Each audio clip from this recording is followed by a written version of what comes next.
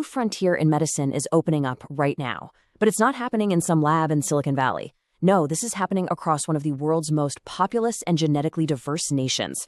This is the story of India's race to map its own DNA, a massive undertaking that could literally change the future of healthcare for over 1 billion people.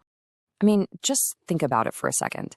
What if your doctor could prescribe medicine tailored precisely to your genetic blueprint?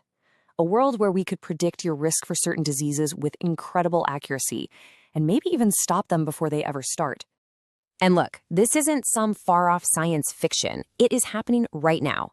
India has launched this incredibly ambitious project to decode its population's DNA. The goal? To kickstart a whole new era of personalized healthcare for its citizens, all driven by the science of genomics. Okay, but to build this amazing future, you need a map, right? A really detailed genetic map of your population. And that's where we hit a major roadblock. Because the genetic maps we have today, they're shockingly incomplete. Get this number, because it is absolutely staggering. A massive 86% of all the genomic data that's been collected so far comes from people of European ancestry. So what does that mean? It means the precision in precision medicine, it really isn't precise for most of the world, and especially not for India's incredibly diverse population. So today, we're going to unpack this whole genetic gold rush. We'll look at the incredible medical revolution it promises. We'll go inside the project mapping India's DNA. Then we'll get into the serious risks when science moves faster than the law. Check out the global competition brewing. And finally, try to chart a course for a biosecure future. All right, first up, a medical revolution. Let's talk about the incredible potential here.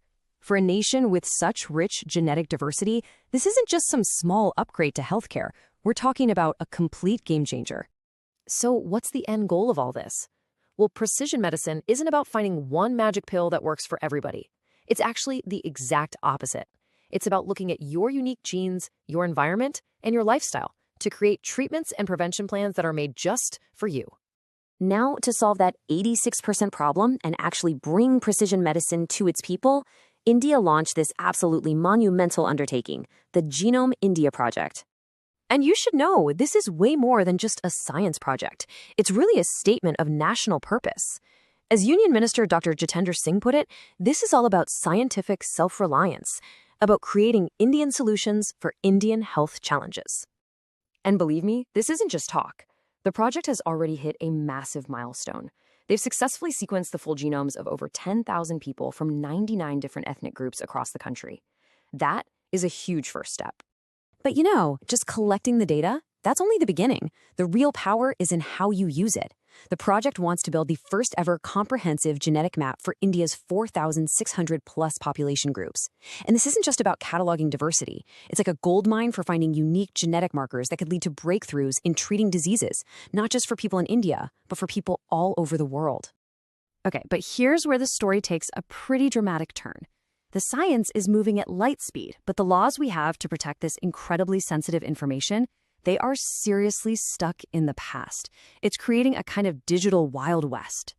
So the heart of the problem is this. There is no single unified law for genomics in India. Instead, a person's most permanent, most personal data is being governed by this messy patchwork of rules, and many of them were written long before this technology was even a thing. And the stakes here are just enormous. This legal vacuum opens the door to huge risks. Everything from cyber attacks that could expose the genetic data of millions to the very real possibility of discrimination by employers or insurance companies, all based on your DNA. And you can really see this legal patchwork in action here. Data protection is handled by one general law, gene therapy by guidelines that aren't even binding law, and genetic testing rules can actually change depending on which state you're in. It's a super complex and confusing landscape, and it creates a ton of uncertainty for everybody. Now, you might think a brand new data protection law would fix this, right? Well, there's a critical gap. India's latest Data Protection Act doesn't specifically classify genetic data as sensitive. This is a major omission that leaves this incredibly unique, irreversible data without the extra strong protections it absolutely needs. Now, this whole situation isn't just an internal Indian issue. This race for genetic information is happening on a global scale, and it's creating a new kind of geopolitical competition. You might even call it a genomic Cold War. And one of the biggest players on this stage is China. As security expert Anna Puglisi points out, China has very strategically built the world's largest collection of genomic data. They see it as a key to future medical breakthroughs and, frankly, a major strategic advantage. And when you look closely, you see two totally different strategies playing out. China has adopted this biosovereignty model, basically treating its genetic data like a strategic national asset under tight government control. India, on the other hand, has a more open, collaborative approach. And while that's great for innovation, it also leaves it more vulnerable.